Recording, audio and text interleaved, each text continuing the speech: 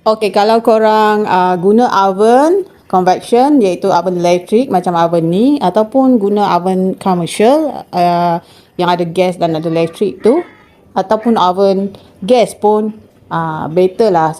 Seeloknya korang panaskanlah oven korang selama 15 minit. Macam oven ni saya guna api atas dan bawah panas. Lepas tu saya nak cepatkan panasan, saya onkan kipas.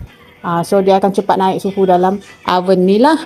So kalau tak nak on kipas pun boleh. Then normally saya akan panaskan selama 15 minit. 15 minit.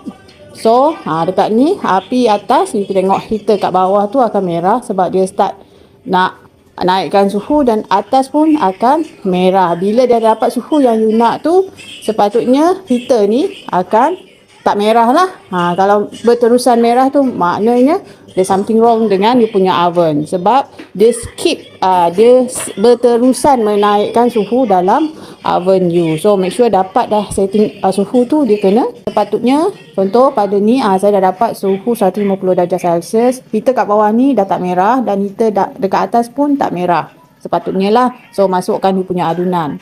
Selain daripada untuk dapatkan suhu yang stable, bila kita preheat ni, dia juga akan mengelakkan nyah bau oven kita.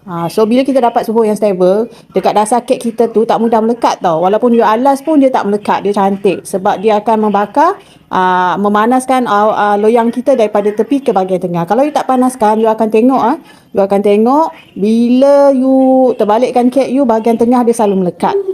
Bahagian tepi tak berapa, bahagian tengah dia akan melekat sebab dia tak dapat suhu yang stable masa dia mula-mula nak membakar tu. So tengok sini, suhu yang stable, dia akan menghasilkan permukaan yang sekata lah, tak ada yang ada bubble lah. Bahagian tepi kek pun cantik.